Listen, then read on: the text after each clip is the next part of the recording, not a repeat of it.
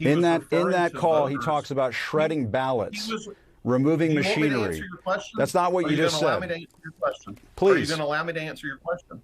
That was Georgia's Republican Party chair just doing blatant election denialism. More on that in a bit. And Jim Acosta really hands it to him, which does not happen much on television. Usually Republicans get away with everything, but this time, not this time. But first, I want to just show some good news because I think we need to have good news with the bad. And here is some excellent news coming out of Wisconsin, must-win swing state. And the mayor of one of the largest Republican areas had amazing news today. Says tonight he's voting for Kamala Harris for president. Sean Riley tells our Jason Calvi why he's not voting Republican this year and why he feels the need to make that known.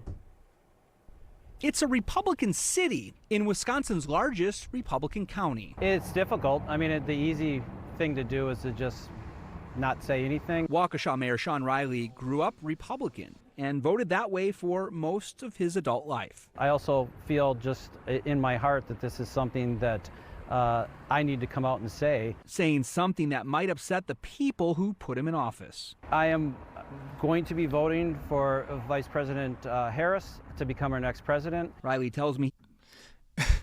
The Republican mayor of the largest Republican area in Wisconsin is going to be voting for Kamala Harris. That's nuts. That's nuts. Let's keep listening. He voted third party in 2016, voted for President Joe Biden in 2020, but kept that to himself. For other offices, he says he votes Republican more often than not. Now this red city mayor's publicly endorsing blue for president. I am terrified of Donald Trump becoming our next president for all the reasons I've indicated. He's already been impeached twice. He's been convicted of felonies, and this is not what the United States needs. No, it's not what the United States needs. And I'm so worried that we're almost on our way to it happening because, in large part, I just feel like we're in completely different bubbles when it comes to our media diets. And I feel like mainstream media is so important because it's one of the last remaining pieces of media that a wide variety of Americans will watch. Now, of course, less and less younger people are watching news on cable, but the clips from cable tend to infiltrate Twitter or X and TikTok and Instagram. So it does have this kind of homogenizing experience to it still. But CNN and MSNBC, I just don't understand it. They do not have the wherewithal. I don't think MSNBC is as bad, but this is not a normal election. This is not a normal election. I was beside myself yesterday when I saw Dana Bash say this. Well, I'll just tell you what I'm hearing from people who I have been talking to, and that is that if her goal was to close the deal, they're not sure she did that. And, you know, some people have asked, is she being held to a different standard? Maybe, but that's maybe the world that she's living in. And okay, so watching that again really pissed me off. One, who are these people? Who are these people? Why do these quote unquote people who say she hasn't closed the deal, why do they get any special privilege of getting their opinion on CNN after a town hall? Because I was with a group of people who said she did close the deal. So who's right, Dana Bash?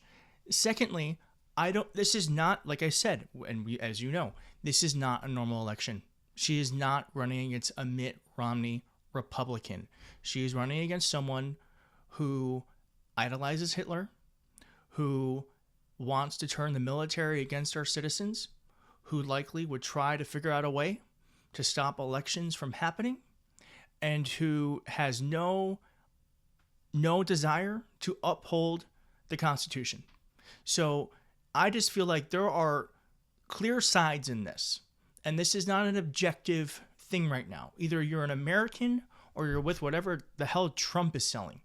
And I think when you're doing something like that in the space that we find ourselves in, you're not siding with the side.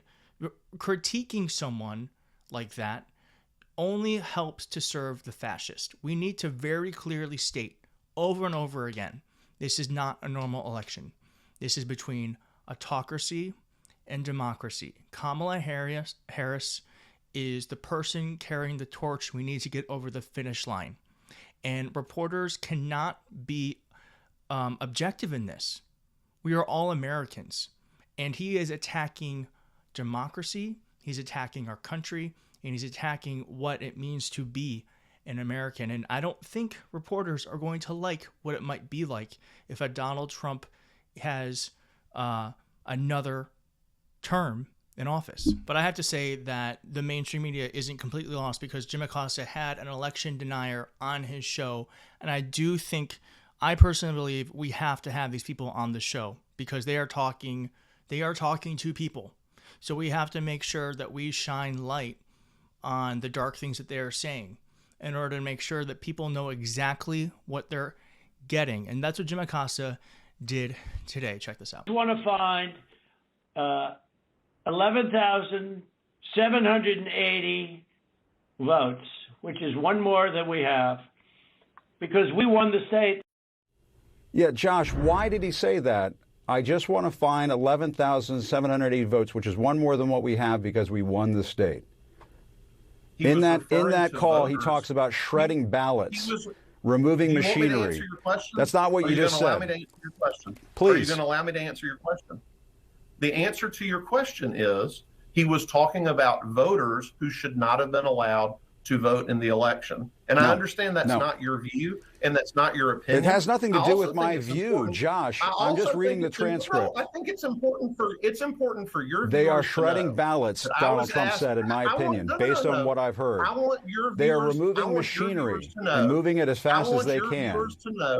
I want your viewers to know that I was asked on this program to speak about early voting in Georgia in the 2024 election, about President Trump visiting the state yesterday. Right. And this has been an entirely dishonest move to talk entirely about something that was not even discussed before I came on this program. Josh, I know that y'all want to talk about 2020 because you know Trump's going to win this election if we talk about the economy and immigration. Right, but So Jim Acosta has this man on who has the ability to kind of influence the vote in Georgia and is going to be overseeing some of the election results. And so these are fair questions to ask, but instead of answering the question, he just gets mad that he's asking him questions he wasn't prepared for. And just so you know, when you do an interview with a reporter, you might have a set list of questions you are being expected to answer, but when you're on the record, you should be expected to answer anything from a national reporter, and that's from a reputable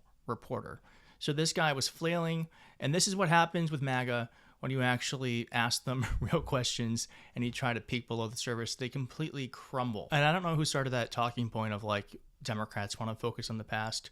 On 2020 election, we want to focus on the next 4 years. It's like, bro, your own candidate can't let go of the fact that he lost and he's lied about it for 4 years. So shut up. And here he goes flailing when he asks if Donald Trump will accept the results of the election, which of course we know he won't, but he can't even say that. I mean, just say it. If he's not going to do it, just say it, but they can't do that. But instead he just cries. It's important for your viewers to understand that you're interested in constantly pushing a dishonest narrative and using what is the dishonest narrative? What is the dishonest narrative? The election was secure last time around, Josh. You're just lying. Look, you're just lying. You just said the last person on your program talked about how it was a pandemic last time and how different it was last time. It was different. There was an emergency rule passed with our state elections board with almost no notice to legislate into our law ballot drop boxes. There were no instructions given about Josh, it. But your Secretary of State. It was your Secretary of State. I'm just saying it was your. What the Secretary of State's position is, and I don't agree with the Secretary of State's position that it was fine to scatter ballot drop boxes haphazardly across the state and not give people equal access to the vote. So there it is. He might not have realized he did it, but he kind of just gave the whole game away for what's going to happen after Kamala Harris wins. Did you hear him? He said, I don't believe the Secretary of State, the Republican in charge of monitoring and confirming the elections in Georgia, certifying the elections in Georgia. And so I think we're going to hear a lot of that from many mainstream Republicans after the election is called for Kamala Harris. And so we are going to be heading towards a very precarious moment in our nation. And it's rhetoric like this is exactly what they're going to say. Thank you so much for watching. And again, sorry for the different background, but I'm in Provincetown for the next few days on a kind of vacation, working vacation. So bear with me. And thank you for watching. If you liked the video, hit like in the video. If you made it to the end, leave a blue heart so I know. And I'll see you next time.